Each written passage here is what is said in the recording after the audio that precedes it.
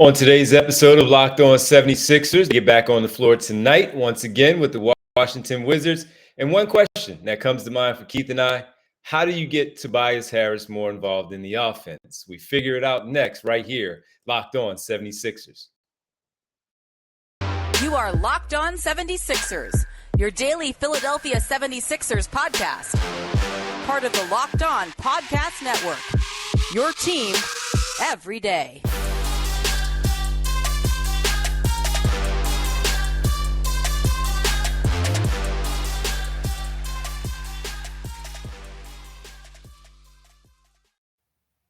Today's episode is brought to you by BetOnline. BetOnline has you covered this season with more props, odds, and lines than ever before. BetOnline, where the game starts. What's up, D? How you doing, bro? What's going on, man? How you feeling?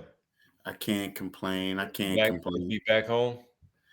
Yeah, it's kind of good to be back home. Why you say it? I mean, while we talk about it, it feels kind of good to be back home. No, that's good, man. I'm sure your family misses you and glad to see you back home and all that stuff, man. So now you get to be home for a couple of days, man. They're here through next week, so that's a pretty good thing. Yeah, that's cool. Like you know that what is it? 5 a.m. challenge. Have you ever seen that? No. Oh, so it's like where you dance, you do these dance steps to the song 5 a.m. So me and my daughter, we're going to try to do a skit so I can put it on Facebook. So yeah, that's something I want to work on. I know it's crazy, so don't laugh at me if you see it. No, I won't. I mean, I probably will, but it's all in good fun, and I'll tell you that I'm laughing at you, so it won't be.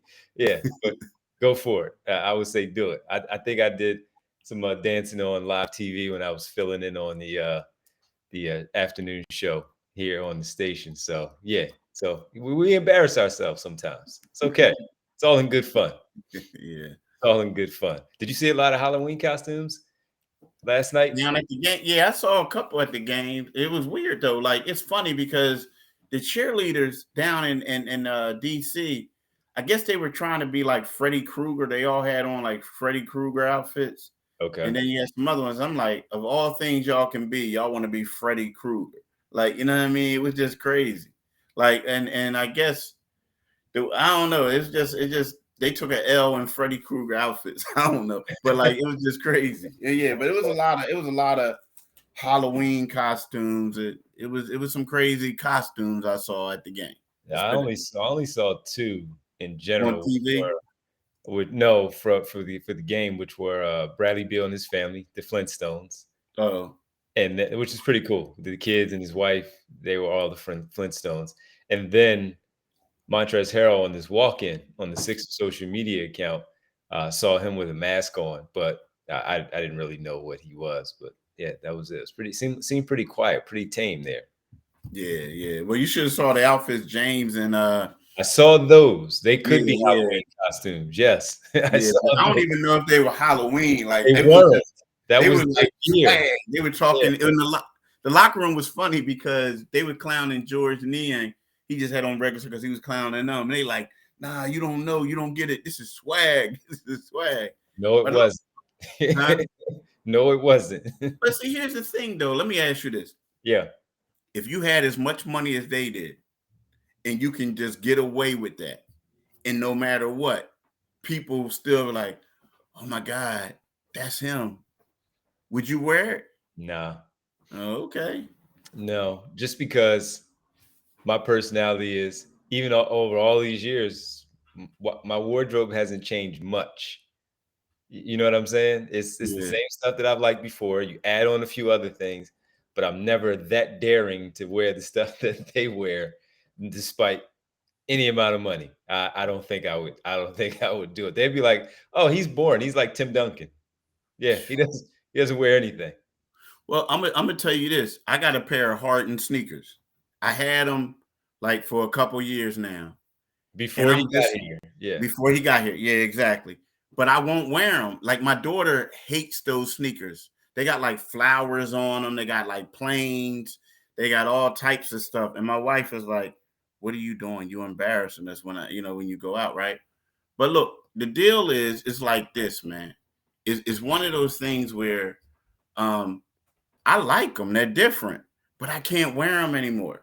And like one time I said to James, I was like, look, man, I got a pair of your sneaks, but I can't rock them anymore. He's like, why? I said, because you on the team. Like, it looks weird wearing some man's sneakers and you covering them. And he's like, nah, man, wear them Jones. But I can't do it. But I guess I like some of that crazy stuff. You know what I mean? I do too. Yeah. What color are they? Are they like the orange kind of color in it?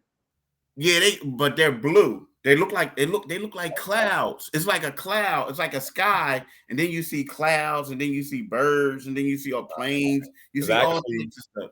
I actually have a pair of his. I don't remember the number. They're gray.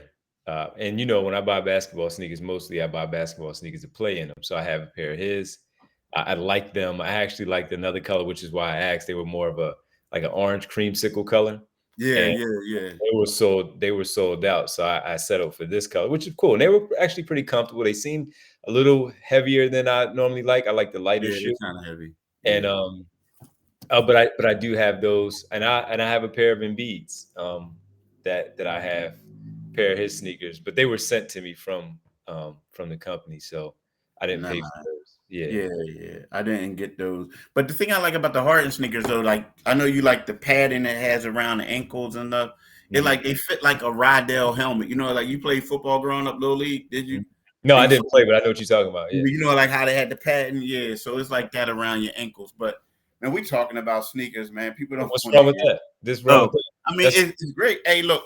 That's going to be on the segment now. That's going to be on the segment this week. You're going to have a sneaker segment this week now. Hey, we can do that. I love sneaks, and so do you.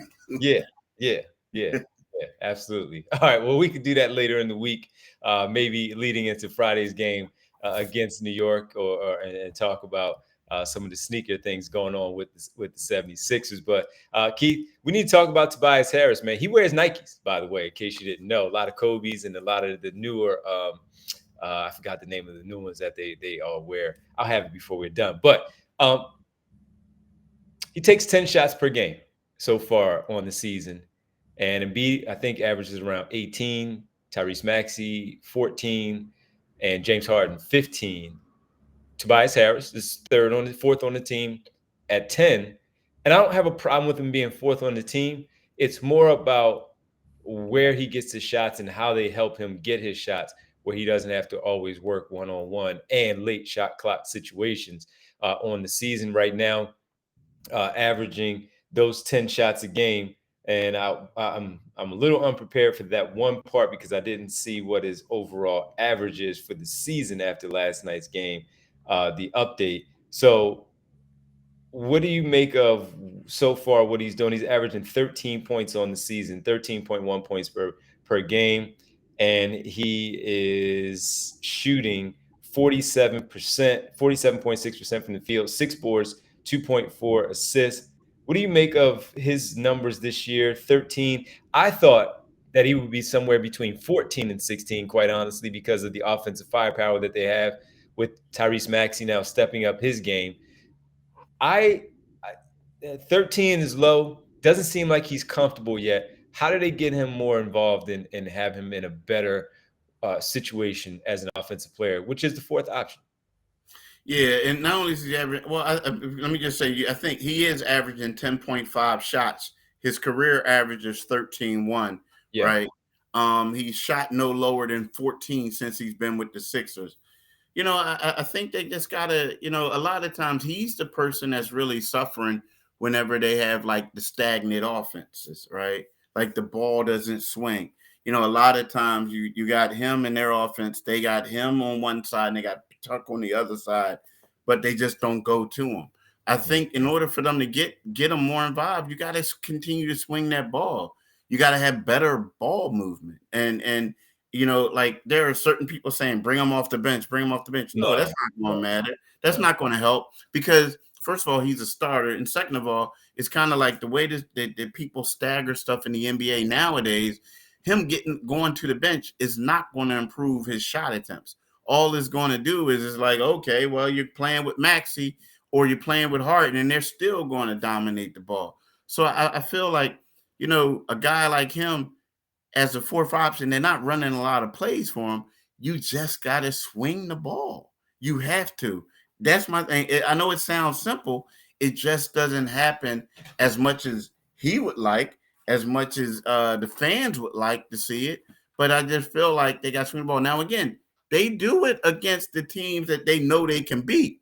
But whenever it comes down to like key games, then all of a sudden we start seeing guys saying, okay, I can do it. I can do it. I don't have faith in anybody else. Let me do it. Let me go down on the sword, so to speak, or whatever. So I just feel like you just got to be a little bit more consistent and swing the ball to get him more involved. Now he is shooting 40% from three. As I look at the numbers here, which is encouraging. Takes 5 attempts per game, which is pretty good. And I remember he had one double-digit game already from behind the three-point line, shooting those. So he does get a few opportunities from beyond also.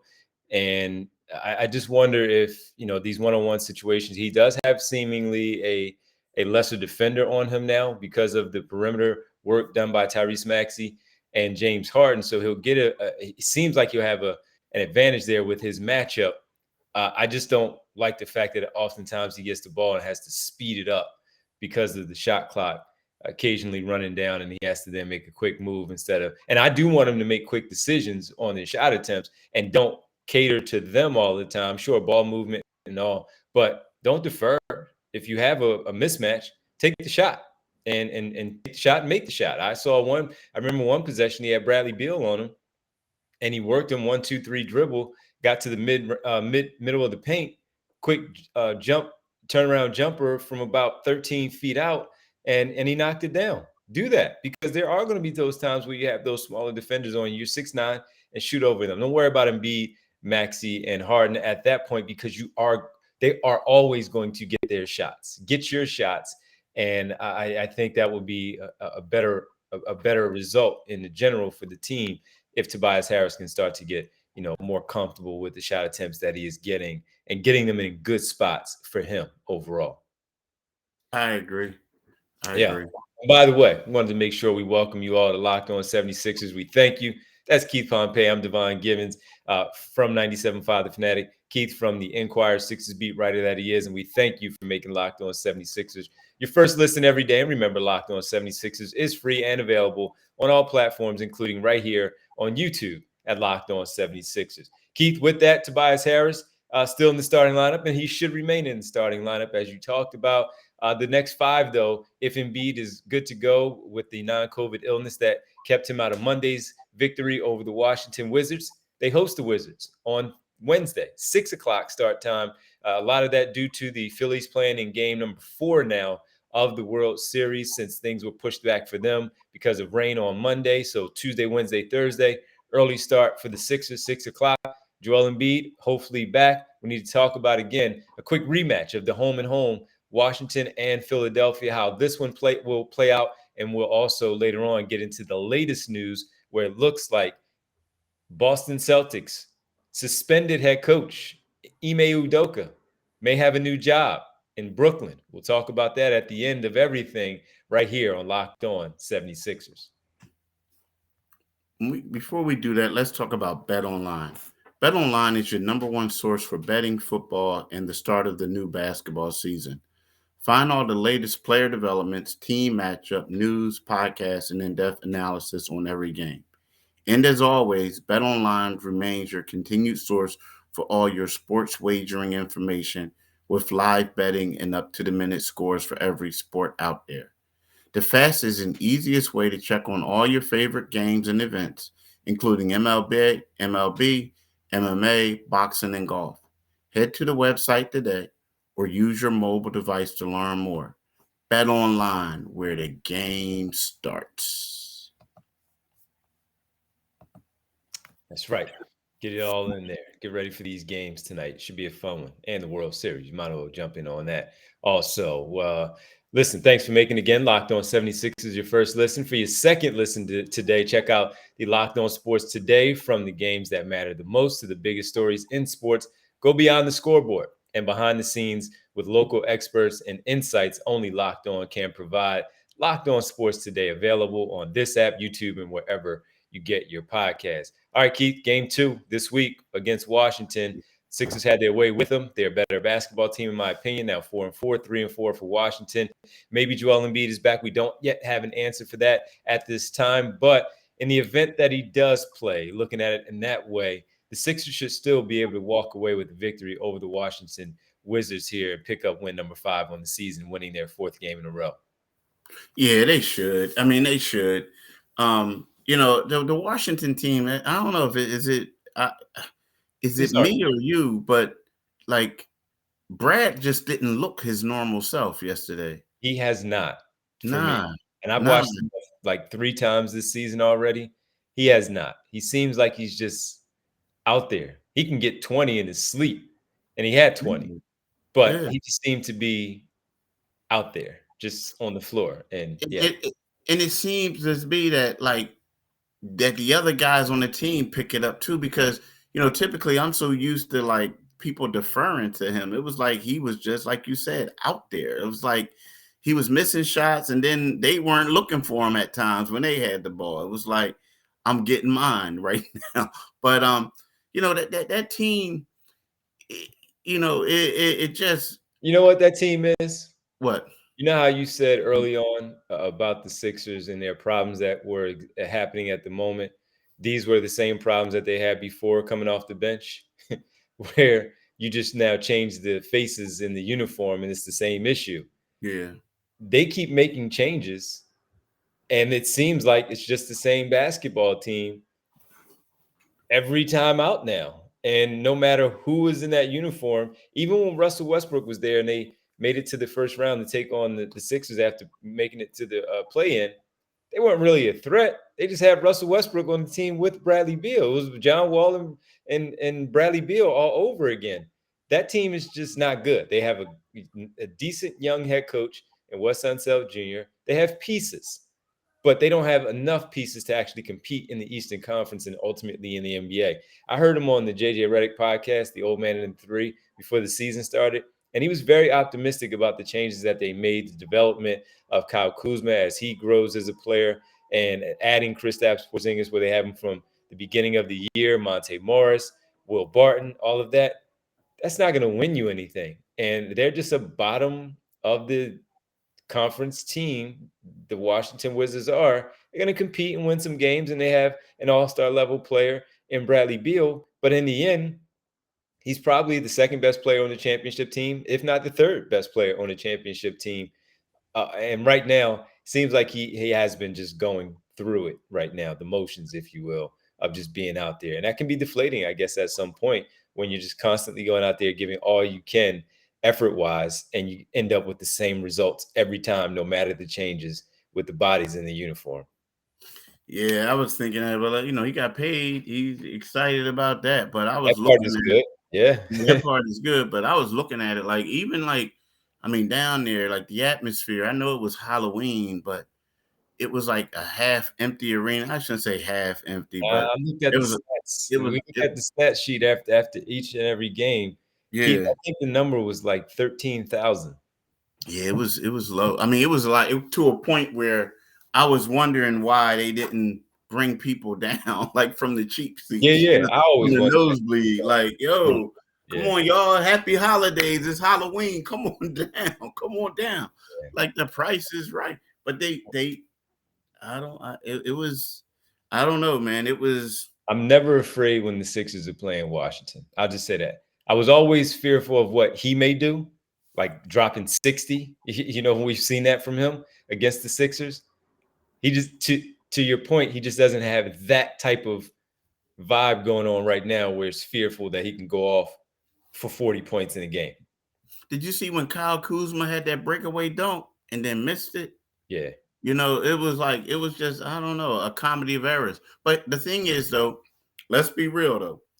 The Sixers can't get overconfident now because they don't have any room yet to do that. Yeah, you don't have any room. And that team could come in and steal one. But I don't see it, but it could happen. It could happen. You never know. Yeah, I don't see that happening either. I think they take care of business again tonight against this Washington team and win their 4th game in a row. We'll see if Embiid is back on the floor. If not, they did show at least that they can win without him 2 times already, and one against Washington, where they may be able to pull that one out also back here in Philadelphia for a 3-game homestand. On the other side, we need to talk about one of the teams that we had a lot of questions about for the entire Eastern Conference and the NBA, most certainly in the Atlantic Division with the Sixers, the Brooklyn Nets. They've had a lot of issues this season. Not our problem. That's their problem. But they fired their head coach, Steve Nash. We'll tell you who the replacement looks to be. It's imminent, basically. Ime Udoka, suspended by the Boston Celtics. We'll talk about if this is a good move or not for Brooklyn. Ben Simmons, Kevin Durant, Kyrie Irving. Next, right here, Locked On 76ers.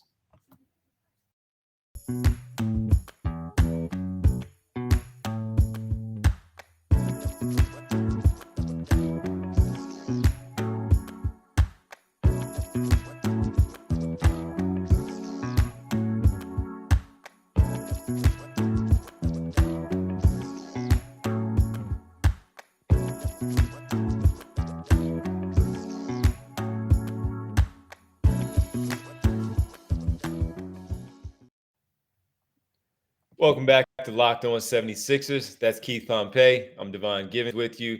And Keith, just stepping away from the Sixers a bit, although it does still have implications for the 76ers. The Brooklyn Nets fired Steve Nash on Tuesday, according to the team. And they are looking, at least right now, based on a lot of reports, looks like it's going to happen in wording like, again, imminent. Also, they're efforting to find a way to bring in Ime Udoka, former assistant coach on the Brooklyn bench before being hired away to coach the Boston Celtics, leading them to an NBA championship, one of the better defenses in the league. If this in fact goes down, first of all, if I remember correctly, Boston is the one suspended, the team and the organization suspended Ime Udoka, not the NBA. So he's eligible to go and get a new job if they suspended him, and eventually going to let him go anyway. I don't know if there's going to be any compensation for the Boston Celtics with Brooklyn hiring him away from there, or if this is just going to be firing and hire right away. I don't know what the rules are. This is kind of weird right now, seeing a coach suspended, but ultimately being hired, especially with the things that were following him, which has him suspended for the year.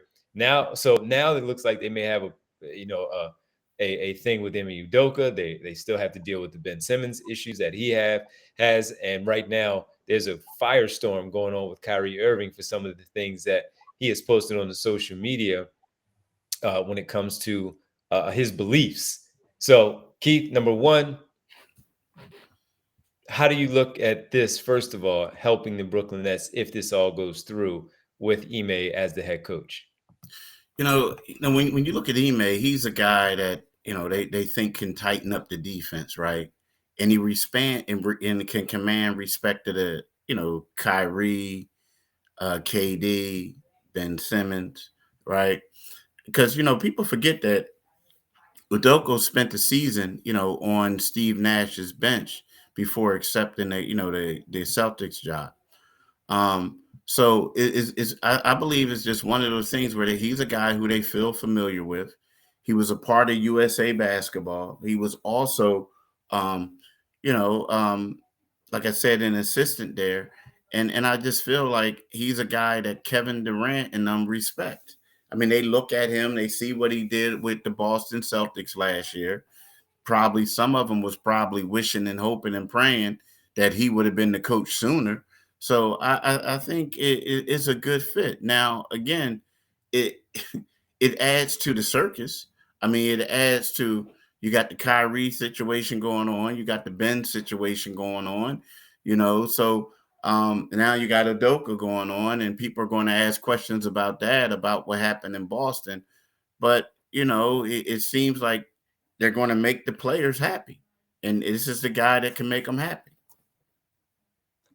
That of course that's yet to be determined. Now, what I will say about the Celtics roster versus the Brooklyn Nets roster, much better defensive players on that team than what this Brooklyn Nets team has. He has 2 superior scorers in Durant and Irving, as we know, some shooters there with Seth Curry, Joe Harris, all-around player in Ben Simmons that has yet to figure it out and hasn't clicked yet, in my opinion, watching a few of those games with this new team. And I think this is going to be good for them if they buy in and can respond and connect to their head coach and take in what he is preaching as that head coach. Obviously, the one here for us in Philadelphia, watching Ben Simmons for so long, will this work out? They were together here in Philadelphia on Brett Brown's staff before Ime Udoka took the job under Steve Nash in Brooklyn. So we'll see what that relationship is like, and if he can wake Ben Simmons up and find a role where he is playing much better basketball than he has put on display so far during this young season. So this is very interesting. Again, we don't know everything. It's not clear yet that he is hired. Number one, he's a front runner. They have to do their due diligence to make sure that they're willing to take on what follows him now, which has him again suspended for the reasons that Boston has decided to do that. But it looks like really, Ime Udoka is going to be the next head coach of the Brooklyn Nets. I think it's a good move for Brooklyn. I also saw Quinn Snyder's name in there in the mix also. I'm a fan of his for what he did in Utah, Quinn Snyder, as the head coach. So this will be something to see how this one maybe turns around 8, 9, 10 games in, whenever this does in fact happen. I saw even 24 to 48 hours. It could be done as early as that, unless something changes for Ime and the Brooklyn Nets. Yeah, it's going to be, I think it'll be good. It's funny. Like, I can't wait to see that Boston-Brooklyn game, first one. Mm-hmm. To see what that's like. Yeah. That's gonna be something. In Boston, number one, in Boston. That's the one. Yeah. See how they treat him. Well, listen, man. Let's see what happens tonight. Make sure you get down to the arena early so you can avoid some of that Phillies traffic, man. Yeah, I forgot all about that. Yeah, definitely got to do that. The clock starts. You got to be there about 1 o'clock. I think what I'm gonna do is I'm gonna get dressed for the game and go to shoot around in the morning, and then just head over the bridge. Head over to the city. Yeah, head over. Makes sense. Yep. Well, listen, man, we got to thank everybody for hanging out with us on this Wednesday as we get ready for the Sixers and the Wizards. Thank you for making Locked On 76ers your first listen. For your next listen, check out the Locked On Sports Today podcast, the biggest stories of the day, plus instant reactions, big game recaps, and the take of the day. Available on the Odyssey app, YouTube, and wherever you get your podcast. Keith, you might as well let everybody know where they can find us on this beautiful, beautiful Wednesday as we get ready for the basketball game tonight in South Philadelphia. Like my man D just said, wherever you get your podcast at, make sure you go to this, come here and get this podcast. But what you do is when you click on the YouTube channel, make sure you click on the Liberty Bell so you can become one of our latest subscribers. So we would really appreciate that. But also make sure you follow my man D on Twitter at DivineG975, right? And then also follow him after the Sixers game tonight, probably about from 9 to midnight. And the reason why I'm saying probably is because as soon as the game is over with, that's when he's going to get on there on the Divine Giving show. So he'll be there. He'll break down the game. They'll talk about some other things probably too. Phillies. But, the Phillies. But make sure you check my man out. Yeah, we'll definitely talk some Phillies. Looking at the Eagles and the Texans playing on Thursday night, so we'll probably preview some of that also. Yeah, so do all that. But then also make sure you go to Inquirer.com and you follow me, my articles on Inquirer.com and then the Philadelphia Inquirer. But then what you got to do is in the morning by 5 o'clock a.m., make sure you listen to us dissecting on here, our podcast. First listen every day. We're going to dissect the game. We're going to break it down. Yeah, all right? And then we'll do the sneaker thing later on in the week. We'll do that. Exactly. Yeah, we can do that. All right. Well, listen, man, great stuff. Have fun at the game. I'm not going because I will have to get back to the studio, and I don't want to deal with leaving early, the traffic coming back. So I'm just going to stay away from the arena tonight and I'll be back probably next. I'll definitely be back Monday for the Suns game, but not for the Knicks game because Man, I wouldn't go to that Suns game if I was you. Just messing. Understood. Oh man! All right. Well, listen, man. Appreciate it as always. Thank you all for listening and watching. And we'll talk to you tomorrow after the Sixers Wizards. Thanks. Thanks, y'all. Peace.